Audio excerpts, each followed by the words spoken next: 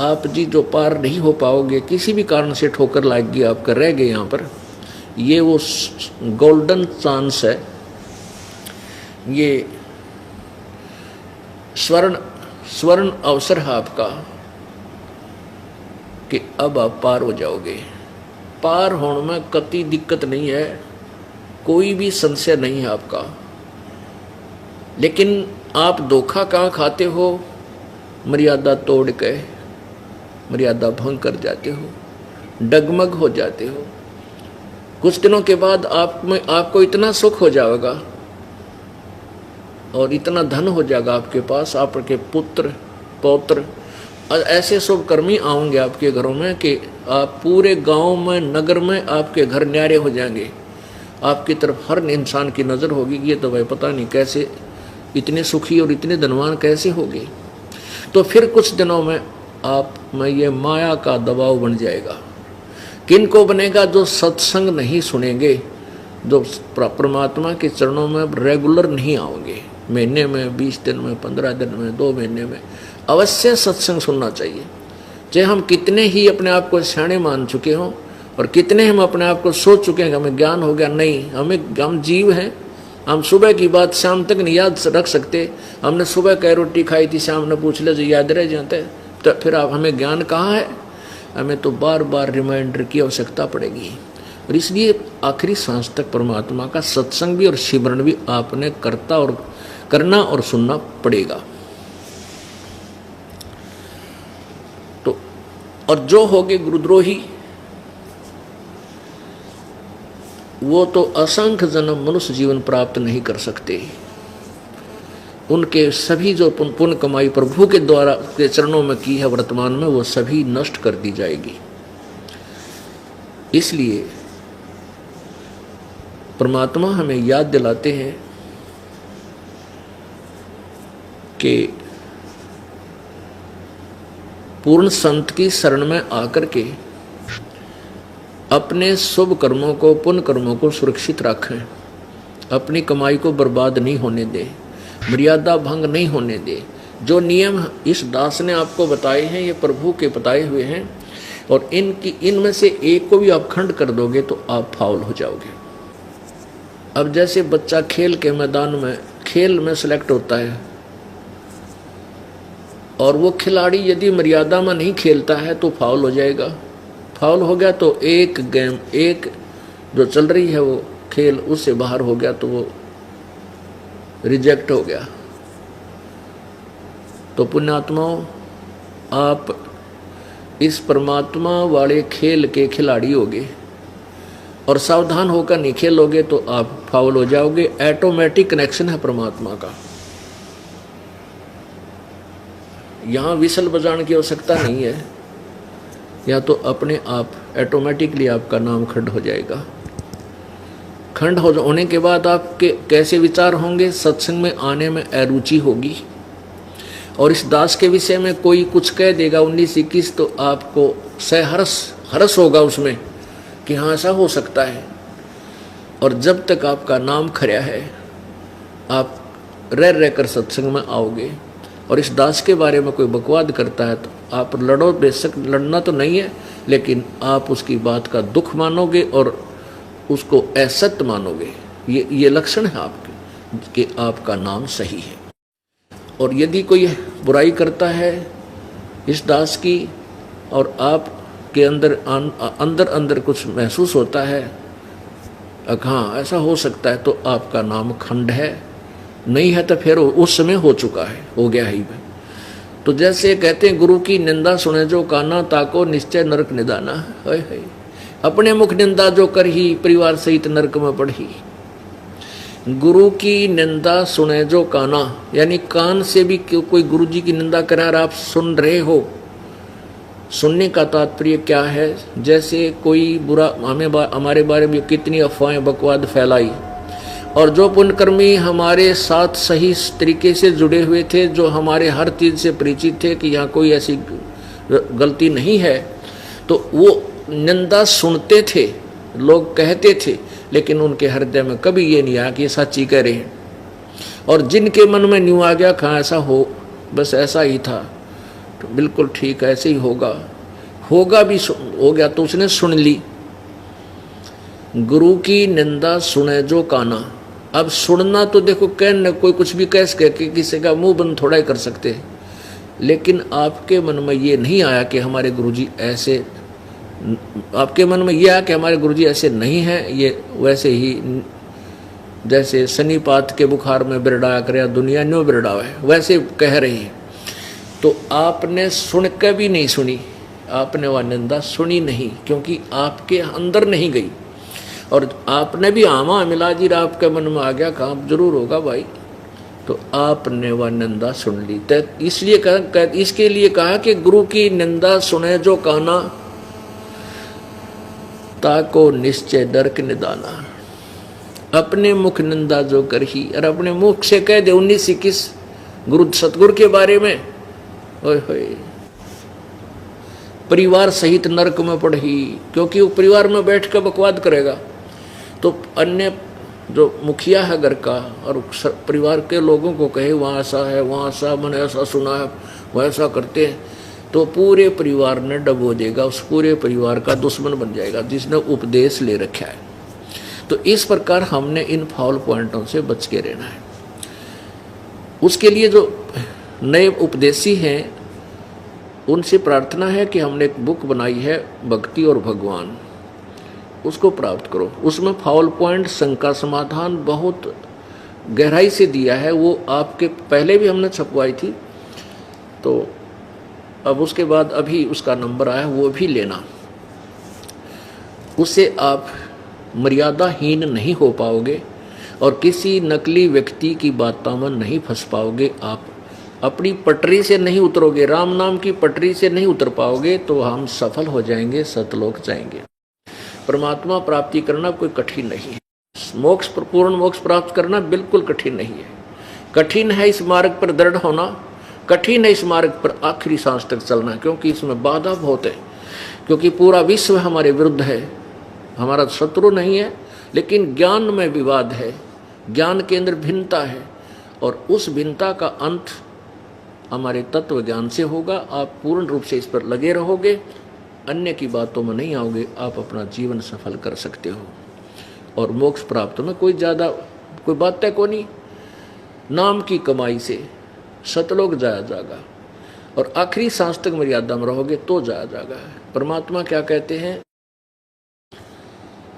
कि द्वार धनी के पड़ा रहे और धक्के धनी के खावे, 100 काल झकझोल ही पर द्वार छोड़ नहीं जावे। अंतिम श्वास तक परमात्मा की भक्ति करनी है। राम नाम रटते रहो, राम नाम रटते रहो, जब तक घट में प्राण, कब हो तो दीन दयाल के भनक पड़ेगी कान। इस प्रकार हम परमात्मा प्राप्त करेंगे। आपका बहुत सौभाग्य है कि आपको अति शीघ्र प्रभु का मार्ग, सच्चा मार्ग मिल गया।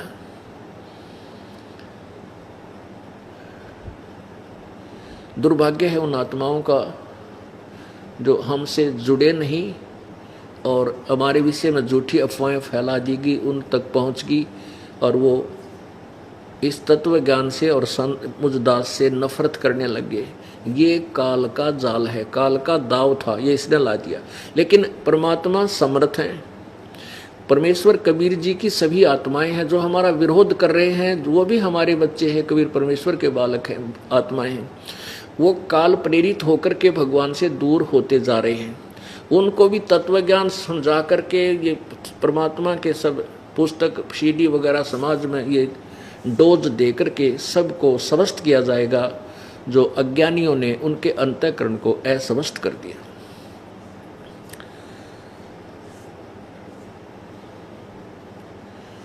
अब सबसे पहले हमने ये विश्वास होना चाहिए कि जो साधना हम कर रहे हैं, हम जिस इष्ट की पूजा कर रहे हैं, वो इष्ट पूर्ण परमात्मा है, वो पूर्ण है। उसके लिए हमने पूर्ण रूप से ज्ञान ग्रहण करना होगा। अब सबसे पहले ये निर्णय करेंगे कौन तथा कैसा है कुल का मालिक। कोई तो परमात्मा को निराकार बताता है और कोई साकार बताता है, तो कहता जो ये ब्रह्मांड है इसके अंदर जो रचना है, पृथ्वी चांद सितारे, यही परमात्मा का रूप है। ऐसा अज्ञान भर दिया पूरे समाज में। हमें यही नहीं मालूम कि परमात्मा कैसा है, हम प्रभु की परिभाषा से भी परिचित नहीं हैं। तो सबसे पहले इस दास को परमात्मा ने ड्यूटी दी है कि आपको पहली कक्षा से लेकर भक्ति मार्ग की कै ख से प्रारंभ करके और पूरी ये कड़ी सिखाई जाएंगी। अर्थात पहली कक्षा से ही प्रारंभ किया जा रहा है। भक्ति मार्ग पूरे रूप से काल ने नष्ट करवा रखा है। इसका ज्ञान कति मिटा रखा है। केवल दंत कथाएं, लोकवेद, मनमाने आचरण, मनमाना ज्ञान, मनमानी कथाएं पूरे समाज में ठोक ठोक कर बरवा रखी। अब इसको तत्व ज्ञान रूपी इस शस्त्र के द्वारा इस अज्ञान को हटाया जाएगा, काटा जाएगा, इस गुत्थी को सुलझाया जाएगा। अब कुछ जो व्यक्ति ये कहते हैं कि हम वेदों को और गीता जी को और पुराणों को, महाभारत आदि ग्रंथों को हम नहीं मानते, तो उन कर्महीन दुर्बुद्धि प्राणियों से तो चर्चा करने का भी कोई लाभ नहीं है, क्योंकि वो बेसलेस है। किसी भी वस्तु का ज्ञान हमें किसी सदग्रंथ से ही हुआ है, और वो सदग्रंथ जैसे विशेषकर कुछ पंथ ऐसे हैं, जैसे राधा स्वामी पंथ, धन धन सतगुरु पंथ, और एक ये हंसा देश पंथ और निरंकारी पंथ आदि जो हैं, ये कहते हैं, विशेषकर राधा स्वामी और धन धन सतगुरु वाले ये कहते सुने हैं कि हम गीता और वेदों को नहीं मानते। ये भी तो किसी व्यक्ति ने लिखी है। हम तो अपने गुरुओं के द्वारा, जो वक्त गुरु है, उसके ज्ञान को सत्य मानते हैं।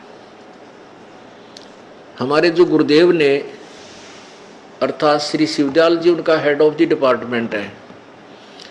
श्री शिवदयाल जी राधा स्वामी और धन धन सतगुरु पंथ का हेड ऑफ द डिपार्टमेंट है। सबसे पहले वो महात्मा है, और उनको भक्ति मार्ग का कैक है भी पता नहीं। सतलोक का उसने ये नहीं पता, सतलोक सतनाम न कहते हैं, या सतनाम के चीज है जिसे मोक्ष होना, उसके बारे में उन्हें ज्ञान नहीं। तो वो जाएंगे कहाँ और ले जाओगे कहाँ? एक तरफ तो वो दोनों पंथ श्री गुरु ग्रंथ साहिब को, जो पंजाबी भाषा में लिखा लिपिबद्ध है, उसको सत्य मानते हैं। तो वो भी तो किसी महापुरुष का लिखा हुआ है, उसको सत्य मानते हैं, इसमें ठीक है। तो वही जो पहला महला की वाणी आदरणीय नानक साहिब जी द्वारा बोला गया, वो लिखा गई वो वाणी, वो पवित्र गीता जी, पवित्र वेदों से और पवित्र पुराणों से मिलती है। तो इससे सिद्ध हुआ कि पवित्र वेद, पवित्र गीता जी, पवित्र महाभारत, पवित्र पुराण, ये भी मान्य सदग्रंथ हैं, जो उस सदग्रंथ से मिलते हैं जिसको राधा स्वामी पंथ और धन धन सतगुरु पंथ वाले उस ग्रंथ साहब की वाणी को, ज्ञान को सत्य मानते हैं। इति सिद्धम कि वेद और गीता सत्य है। लेकिन ये कंप्लीट ज्ञान नहीं है, ज्ञान इनकम्प्लीट है। जैसे मैट्रिक तक का सिलेबस की जो बुक होती है, पुस्तक है, वो गलत नहीं है, लेकिन वो कंप्लीट नहीं है, पूरी पढ़ाई नहीं है उनके अंदर। ट्रेनिंग आदि करते हैं, वो अलग बुक्स होती है, लेकिन वो व्यर्थ नहीं है। तो पुण्यात्माओं, आपको जब वेदों तक की जो कमाई भक्ति की है, वो भी ये दास कराएगा, क्योंकि ओम इति एक अक्षरम ब्रह्म व्यवहारन माम अनुसमरण यह परियाति तजन देहम स याति परमाम गति। गीता ज्ञान दाता ब्रह्म कह रहा है कि माम ब्रह्म, मुझ ब्रह्म का, ओम यह, ओम ओम इति एक अक्षरम, यह एक अक्षर है मेरे समरण करने का, मुझ ब्रह्म का। और जो इसके आखिरी सांस तक, शरीर त्यागने तक इसका सिमरण करता है, वो मेरी परम गति को प्राप्त करता है। फिर गीता अध्याय नंबर 8 के श्लोक 13 में है ऐसा वर्ण। अब पूर्ण परमात्मा की पूर्ण मोक्ष के लिए जब जहां जाने के बाद कभी जन्म मृत्यु नहीं होती, और अपनी साधना से कहता है कि तेरे और मेरे, गीता जी अध्याय नंबर 4 के श्लोक 5 में कहा है कि अर्जुन तेरे और मेरे बहुत जन्म हो चुके, तू नहीं जानता मैं जानता हूं। और 9 श्लोक में कहा चौथे अध्याय के में कि मेरे जन्म और कर्म अलौकिक है। गीता जी अध्याय नंबर 2 के श्लोक 12 में कहा कि अर्जुन तेरे, मैं, तू और मैं और ये सब सैनिक पहले भी थे आगे भी होंगे, यानी तेरा और मेरा जन्म मृत्यु होता रहेगा। और मेरी भक्ति करनी है तो मेरा ओम नाम है, तो इससे जन्म मृत्यु नष्ट समाप्त नहीं हो पाएगी, लेकिन मेरी भक्ति से ब्रह्मलोक प्राप्त हो जाएगा। 8वें अध्याय के 16वें श्लोक में गीता जी में लिखा है ब्रह्मलोक तक गए हुए प्राणी भी फिर पुनर्जन्म आते, वो पूर्ण मोक्ष नहीं है। इसलिए गीता जी अध्याय नंबर 15 के श्लोक नंबर 4 में कहा कि तत्वदर्शी संत से ज्ञान प्राप्त करने के पश्चात उसके पश्चात उस परमेश्वर के परम पद की खोज करनी चाहिए, जहां जाने के बाद फिर संसार में लौटकर प्राणी कभी नहीं आते। और जिस परमेश्वर ने सब ब्रह्मांडों की रचना की और गीता ज्ञानदाता कहता मैं भी उसी की शरण में हूं, उसी की पूजा करनी चाहिए। गीता जी अध्याय नंबर 18 के श्लोक नंबर 62 में कहा है कि अर्जुन तू सर्वभाव से उस परमेश्वर की शरण में जा, उसकी कृपा से तू परम शांति और शाश्वत स्थान यानी सतलोक को चला जाएगा। उसके लिए कहा कि चौथे अध्याय के 34वें श्लोक में कि तत्वदर्शी संतों के पास जाओ, उनसे पूछ उस परम पिता के बारे में। गीता जी के 17वें अध्याय के 23वें श्लोक में कहा कि ओम तत्सत इति निर्देश है ब्रह्मण त्रिविध समर्थ है, ये पूर्ण परमात्मा सच्चिदानंद घन की भक्ति का ओम तत्सत ये मंत्र है उस परमात्मा के पाने का। ओम ब्रह्म का, तत् ये सांकेतिक है ये परब्रह्म का, और सत ये भी सांकेतिक है ये पूर्ण ब्रह्म का। इन मंत्रों के जाप, 3 मंत्र के जाप से पूर्ण परमात्मा की प्राप्ति होगी। तो ऐसे ये जो राधा स्वामी पंथ और दंडन सतगुरु पंथ वाले सतनाम से भी अपरिचित है, उनको सतनाम का नहीं बेरा, यू खान का है, पीण का है, यो कोई स्थान है या कोई ये नाम जाप करने का। तो ये कहाँ जाएंगे, ये क्या प्राप्ति करेंगे? फिर आज दिखाते हैं आपको, क्योंकि ये इतना जटिल प्रश्न हो गया है, ये अज्ञान इतना गहरा छा गया है कि इसको रह रहकर खुरचना पड़ेगा, रेग मारना पड़ेगा आपके अंतःकरण में, तब ये हटेगा, जब नया पेंट ये यथार्थ ज्ञान ठहरेगा। अब देखिएगा, ये है सार वचन वार्तिक, ये है सार वचन राधा स्वामी वार्तिक हजूर स्वामी जी महाराज राधा स्वामी सत्संग व्यास। इसके प्रकाशक हैं जगदीश चंद्र शेट्टी, सेक्रेटरी राधा स्वामी सत्संग व्यास, डेरा बाबा जयमल सिंह, पंजाब। इसकी भूमिका में स्पष्ट किया है कि सार वचन राधा स्वामी वार्तिक हजूर स्वामी जी महाराज के वचनों का संग्रह है। हजूर स्वामी जी माने श्री शिवदयाल जी महाराज। ये वचन सत्संगों तथा अन्य चर्चाओं के दौरान सत्संगियों ने नोट किए थे। स्वामी जी महाराज के परम धाम सिधारने से कुछ वर्ष बाद इनका संग्रह करके पुस्तक रूप में छुपाया गया। सन 1902 में बाबा जयमल सिंह जी महाराज ने सार वचन स्वामी राधा स्वामी वार्तिक को पहली बार गुरमुख लिपि में छपवाया, पंजाबी में छपवाया। अच्छा देखो, 1902 से चल रहा है ये सारा खेल। अब देखना, अब इसके यहाँ से देखियो, ये 14 नंबर पृष्ठ पे है, यहाँ से शुरू करते हैं। 3 नंबर वचन, जितने आचार्य महात्मा और अवतार और पैगंबर हर एक मजम हुए, वे सब अपने अभ्यास से जो जोर से अंतर में तरफ मुकाम असली के चले, पर सब के सब धूर स्थान तक नहीं पहुँचे। सो बहुत से तो मंजिल पहली पर कोई दूसरी मंजिल पर, और कोई बिरले ही साध तीसरी मंजिल प्रेमी मंजिल तीसरी तक पहुँचे। सिर्फ संत मंजिल 5वीं यानी सतनाम पर। अरे थरा गजब हुई। अब यहाँ सतनाम को ये 5वीं मंजिल बता रहे हैं। अब देखो, यानी सतनाम पर और कोई बिरले संत 5वीं मंजिल 8वीं यानी राधा स्वामी पद पर पहुंचे। इस स्थान से, अब सतनाम को या स्थान लिख रहे हैं, राधा स्वामी को भी स्थान लिख रहे हैं कि राधा स्वामी पद तक पहुंचे। इस स्थान से आदि में सूरत का तंजुल यानी उतार हुआ था। कितने? इस सतनाम से और राधा स्वामी पद से, यह स्थान सिद्ध कर दिया सतनाम यहाँ पर। अब आगे चलो, ये प्रश्न नंबर 15 पे और वचन नंबर 4 है। अब समझना चाहिए कि राधा स्वामी पद सबसे ऊंचा मुकाम है। अब राधा स्वामी सबसे ऊंचा स्थान बना दिया। अरे तेरा गजब होइयो, ये भगवान देखी सा पत्थर पर डरने की बुद्धि पर लाखों करोड़ों लोग उनके चक्कर में फंसे पड़े हैं, बोली आत्माएं। अब समझना चाहिए कि राधा स्वामी पद सबसे ऊंचा मुकाम है, स्थान है। मुकाम माने स्थान, और यही नाम कुल मालिक और सच्चे साहिब और सच्चे खुदा का है। अरे थारा गजब होइयो।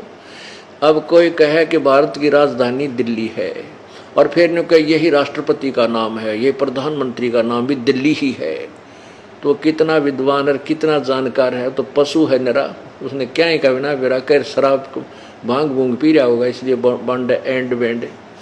तो ये ज्ञान है राधा स्वामी के head of the department Shri Shivdayal ji Maharaj का है। ये तो ज्ञान आपको बता जा रहा है, शिवदयाल जी। ओहो, अब देखो, अब समझना चाहिए राधा स्वामी पद सबसे ऊंचा मुकाम है, यही नाम कुल मालिक और सच्चे साहिब और सच्चे खुदा का है। राधा स्वामी स्थान भी है यानी राजधानी भी है, और मालिक का प्रधानमंत्री का नाम भी राधा स्वामी है। अरे वाह। और इस मुकाम से यानी स्थान से 2 स्थान नीचे राधा स्वामी स्थान से सतनाम का मुकाम है। सतनाम का मुकाम है। अब सतनाम का मुकाम का क्या अर्थ हुआ? या तो न्यों कि ये सतनाम मुकाम है, ये उलझ पुलझ थे न क्या ही कहीं बेरा था। अब आगे देखिए, सतनाम का मुकाम है जिसको, इस सतनाम को जिसको संतों ने सतनाम को सतलोक, सचखंड, सार शब्द, सत शब्द और सतनाम, सतनाम को फिर सतनाम और सतपुरुष करके बयान किया है। अरे वाह अंग्रेजों, चाड़ा पाड़ रखा तुम्हारे ज्ञान ने। Radha Soami head of the department Shivdayal ji के विचार, और करोड़ों प्राणी इस मुड़ बैठे, इसने कदे पट्टी बांध रखी है अनाड़ी संतों ने, बूढ़ी आत्माओं को नरक में ठोक दिया। अपने आत्माओं, ये तो है व्यास से छपे। अब देखो, अब इसके अंदर एक और विशेष आपको दिखाते हैं, यही सारवचन राधा स्वामी वार्तिक हजूर स्वामी जी महाराज का जो इसके अंदर क्या लिखा है, यहाँ देखो। राधा स्वामी दयाल की दया, राधा स्वामी सहाय। वचन आखिरी वचन जो कि स्वामी जी महाराज ने मरते समय बोले थे, शिवदयाल जी ने, वचन जो कि स्वामी जी महाराज ने आखिरी रोज पेशतर अंतर ध्यान होने के वास्ते हिदायत साधुओं सत्संगियों सत्संगियों के खास जुबान मुबारक से फरमाए, स्वयं अपने मुख से बोला। यहाँ देखो, अब यहाँ से शुरू करते हैं। इसमें क्या लिखा है कि फिर स्वामी जी महाराज ने राय साहब सालग्राम और कुल साधुओं सत्संगियों सत्संगियों की तरफ मोतज होकर फरमाया कि जैसा मुझको समझते हो वैसा ही अब राधा जी को समझना, और राधा जी और छोटी माता जी को बराबर जाना। ये राधा जी शिवदयाल की पत्नी थी। राधा का स्वामी, राधा का पति, जैसे उत्तर प्रदेश में पति को स्वामी बोलते हैं, वैसे तो स्वामी का अर्थ पति ही होता है। तो जैसे उमा स्वामी का सीधा अर्थ क्या होगा? शंकर जी।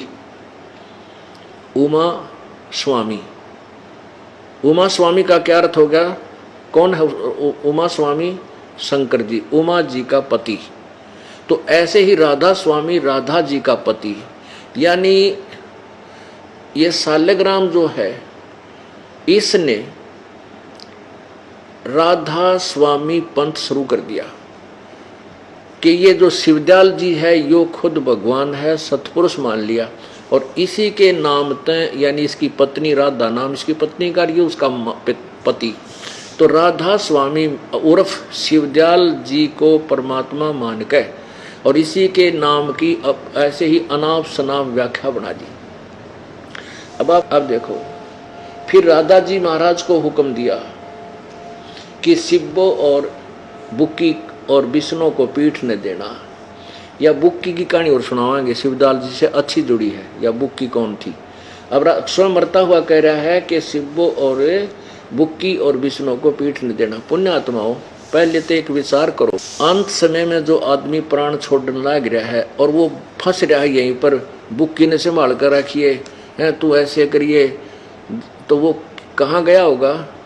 वापस भूत बनेगा या यहीं किसी पशु पक्षी की योनि में जाओगा। जहाँ आसाता बासा होई, मन कर्म वचन सुमरियो सोई। ये नियम है प्रभु का।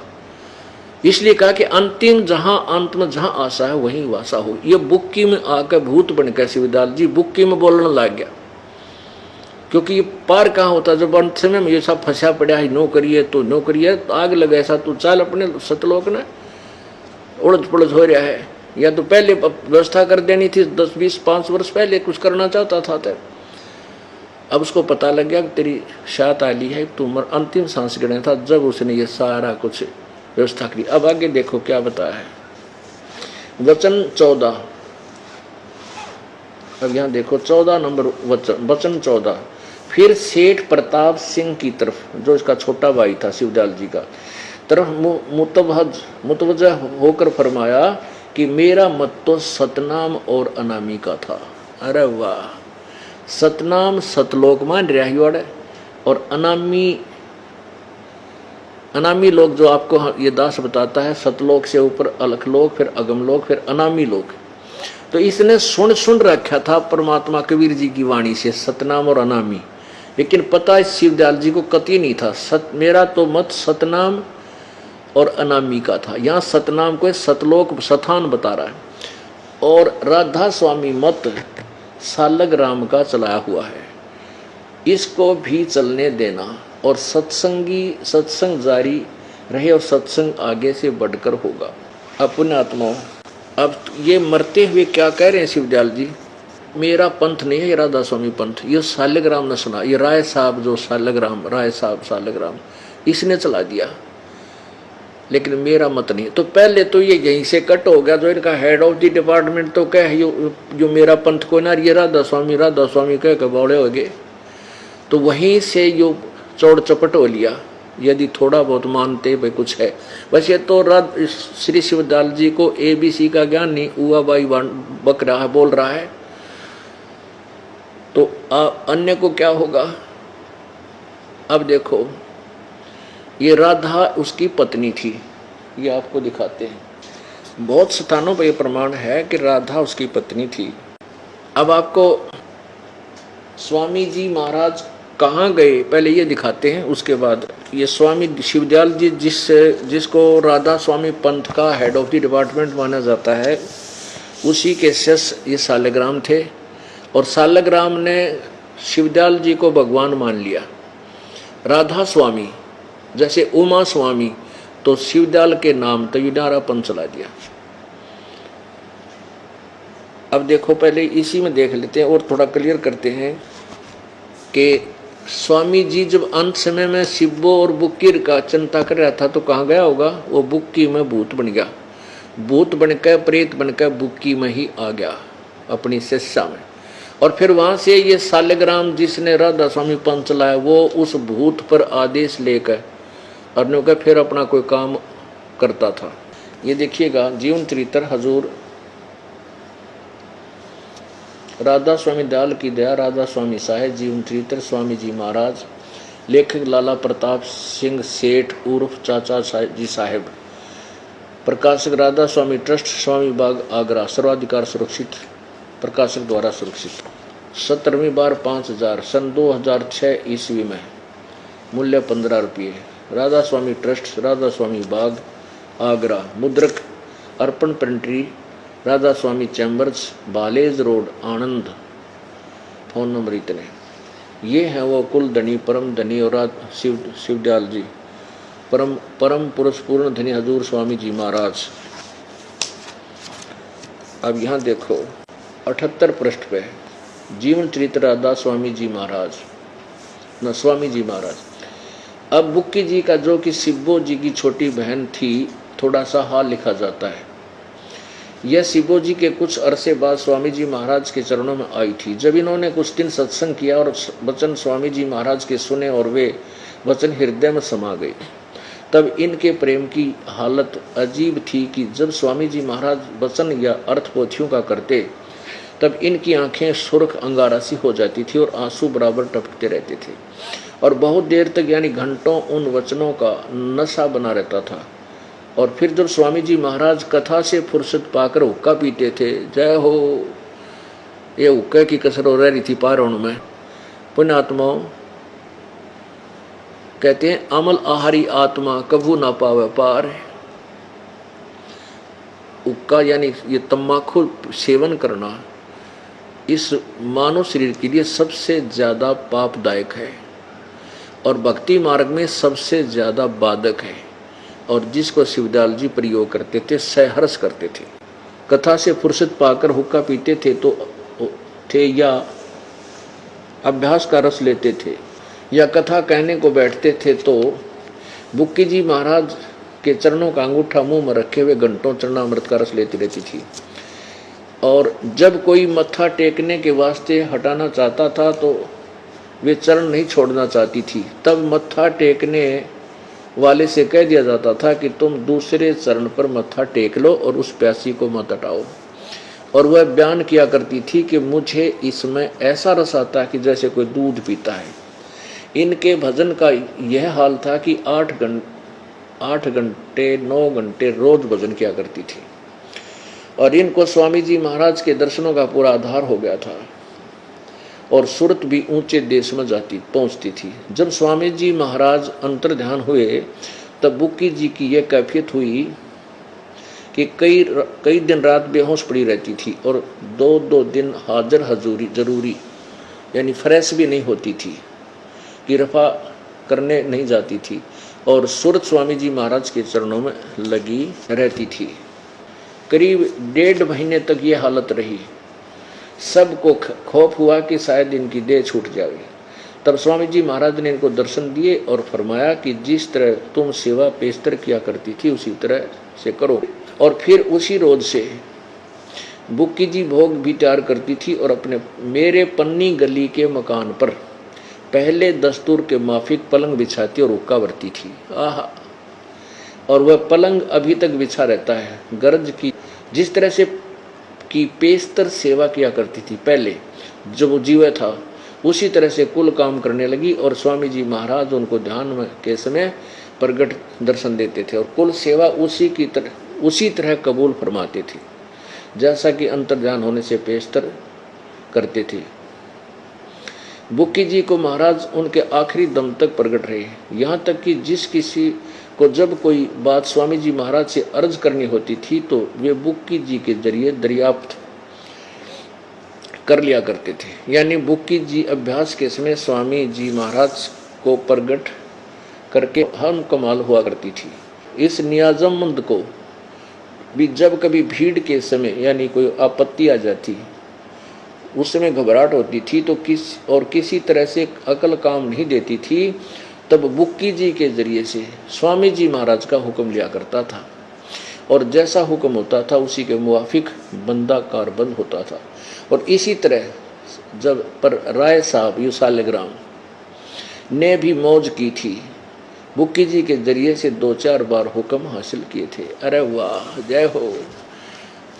अच्छा, इब थारा कनेक्शन तो भगवान तो होया कोई ना, उस बुक्की का हो गया है। और बुक्की में वो कौन बोला था, वो शिवजाल जी भूत बन गया और प्रेत बनकर इस बुक्की में आकर बोलने लग गया।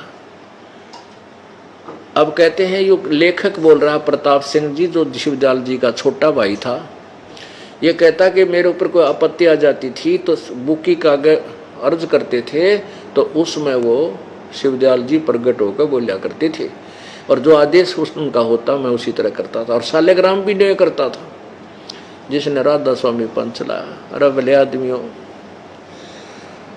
एक भक्त ने बताया कि जी मेरा चाचा राधा स्वामी पंथ से 30 साल लगभग जुड़ा रहा और कई घंटे बैठकर साधना करता था।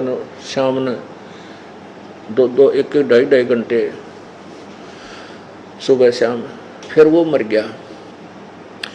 और वो पहले चूरमा रुचिकर खाता था, चूरमा, और हुक्का पिया करता, सिगरेट पिया करता, बीड़ी पीता था। क्योंकि जब शिवदयाल जी हुक्का पियो है तो अनुयायियों को तो नो ऑब्जेक्शन, उन्हें पीना ये विकार करना ही करना है। तो वो मर के मेरे अपने पुत्र वधू में, छोरे की बहू में बोलन लग गया। जो बोला ऐसे ऐसे करा करो, मेरा एक स्थान बना दो। वो 4 ईंट लाई उसकी, वो बना दिया ना जिसमें कुत्ते मुत्या करें, वो पितर या भूत स्थान। और फिर कहता है कि हम उसका पूजा पाजा ना करते तो उसकी हमें कहता तुम्हारा ईंट का ईंट बजा दूंगा। फिर हम डरते उसकी पूजा करते। वो रोजाना चूरमा बना के वो बहू खाती, उसकी छोरे की बहू, और वह बीड़ी पीती। तो कदे नहीं पिया करती वह, वो भूत उसमें पड़ गया तो वह बीड़ी भी पीने लगी, हुक्का भी पीने लगी। रोज चूरमा बनावे और सुबह आप पे खावे और वह हुक्का पीवे। और जिस दिन चूरमा ना मिले मैंने कहा थारा नाश कर दूंगा। और एक आधा काम ऐसा बता दिया उसने, हमारा काम भी हो गया। तो ये केस सौदा था। तब उसको बताया कि ये पिछले जन्म का पुण्यकर्मी प्राणी था, परमात्मा की तरफ में वो घूमता रहा, जा फंसा नकली संतों के पास, साधना गलत थी और वो भूत बन गया। अब भूत पितर बन के भी उसमें पूर्व जन्म की कुछ कमाई रह जाती है, उसको फिर वो नोमेर तेर में अपने परिवार के सदस्यों को आशीर्वाद दे दे के, वचन दे दे के वह नाश करके कत्ती फिर गधे की जन्म जागा। तो उसने कहा कि अब आपसे नाम लिया है हमने भी, उस पुत्र वधू ने भी, उस हमारे भाई की पत्नी ने। तो वो ई पांडा छोड़ा उसने, हमारा पीछा छोड़ा है, पता नहीं काम रहा है, ईब नहीं बोलता उसमें आपका नाम लेने के बाद। तो ऐसा ही यही एग्जाम्पल शिवदयाल जी का, जो राधा स्वामी पंथ का हेड ऑफ द डिपार्टमेंट है, यानी सुप्रीम है इनका। अब ये बुक्की में आके भूत बन के बोलने लग गया। और उसी तरह बुक्की रोटी बनावे और आप बैठ के खावे और उस पलंग पर बैठ के हुक्का पीवे। बुक्की में वो भूत शिवदयाल जी। तो पुण्यात्माओं ऐसे ये कहते हैं कि हम नहीं मानते गीता और वेदों को, हमारे तो जो वक्त गुरु ने ज्ञान दिया है वो अनमोल वचन है। ये अनमोल वचन सुन ले, इनके सिर का बेराना पैर का है। कोई किसी ने जिंदगी में कदे कार नहीं देखी हो, और जिसने कदे शहर नहीं देखा हो, पेट्रोल नहीं देखा हो, और वो कितने जंगल में बैठ के जंगली लोगों में प्रधान पाक रहा हो, मैं शहर जाता हूँ, वहाँ कार में घूमता हूँ, ड्राइवर चला सुन सन रखी किसी तरह। फिर उसे कोई पूछे कि ड्राइवर कैसा है, कार किसे कहते हैं, पेट्रोल किसे कहते हैं, सड़क किसे कहते हैं, तो उत्तर देवे कि पेट्रोल भी कार को कहते हैं, कार को पेट्रोल कहते हैं, सड़क भी कार को कहते हैं, ड्राइवर भी कार को ही कहते हैं, शहर भी कार को ही कहते हैं, तेरा सिर कहते हैं। अरे थरा गजब हुई। ऐसे ये शिवदयाल जी के अनमोल वचन हैं कि अभी आपने सुने, अब फिर दिखा दो एक बार, क्योंकि नपट त्याना मन जी साहब है, आनंद आवर तेरा गजब हुई हो। कितनी दुनिया ने बर्बाद कर दे नकली लोग करके, नाश करके भक्तों के जीवनों का। अच्छा ये तो आपने सुना था ब्यास वाले, तो अब इनका अर्थ दिखाते हैं आगरा वालों की यही वार्तिक। सार वचन राधा स्वामी नसर यानी वार्तिक, सार वचन राधा स्वामी नसर यानी वार्तिक, जिसको परम पुरुष पूर्ण धनी स्वामी जी महाराज ने जुबान मुबारक से फरमाया और जो बाई इज्जत राधा स्वामी ट्रस्ट द्वारा छापा गया। अब देखो इसके मुद्रक हैं दी कोरोनेशन प्रेस, छिल्ली ईंट रोड, आगरा। फोन नंबर ये है। इसके पृष्ठ नंबर 2 पे ये आगरा वालों का, पहले आपको व्यास वालों का पढ़ा था। यहाँ देखिए, सिर्फ काम इतना है कि इंसान यानी मनुष्य अपनी सूरत यानी रूह को उसके खजाने और निकास यानी मुकाम सतनाम, मुकाम सतनाम यानी सतनाम स्थान और राधा स्वामी पहुंचे। ये दोनों स्थान हो गए यहाँ पर, राधा स्वामी और सतनाम को इन्होंने दोनों को मुकाम बताया है। पहुंचावे। जब तक यह नहीं होगा तब तक खुशी और रंज और जिस कदर दुख और सुख दुनिया के हैं उनसे छूटना नहीं हो सकता। ये 1 नंबर वचन में ये कहा है। अब 3 नंबर वचन में, जितने आचार्य और महात्मा और अवतार पैगंबर हर एक मजहब में हुए थे, वे सब अपने अभ्यास के जोर से अंतर में तरफ मुकाम असली चले, पर सब के सब धुर स्थान नहीं पहुंच सके। बहुत से तो मंजिल पहली पर और कोई दूसरी मंजिल पर, और कोई बिरला साध और प्रेमी मंजिल तीसरी तक पहुंचे। सिर्फ संत मंजिल 5वीं यानी सतनाम पर पहुंचे। 5वीं मंजिल माने स्थान, ये 5वीं मंजिल सतनाम पर पहुंचे। और कोई बिरले मंजिल 8वीं यानी राधा स्वामी पंथ, 8वीं पर यानी राधा स्वामी पद तक पहुंचे। 8वीं मंजिल राधा स्वामी, जबकि राधा स्वामी शिवदयाल जी है। इसी स्थान से आदि सूरत का तंजुल यानी अवतार हुआ। अब देखो 4 नंबर में, अब समझना चाहिए कि राधा स्वामी पद सबसे ऊंचा मुकाम है और यही नाम राधा स्वामी सबसे ऊंचा मुकाम यानी स्थान है। राधा स्वामी स्थान है और यही नाम कुल मालिक और सच्चे साहिब और सच्चे खुदा का है। अरे वाह। और इस मुकाम यानी राधा स्वामी स्थान से 2 स्थान नीचे सतनाम का मुकाम है। कोई सिर पैर है इसका। और जिसको सतनाम को, जिसको संतों ने सतलोक, इस सतनाम को सतलोक, सचखंड, सार शब्द और सतशब्द और सतनाम और सतपुरुष करके बयान किया है। अरे तेरा गजब हो, हे भगवान।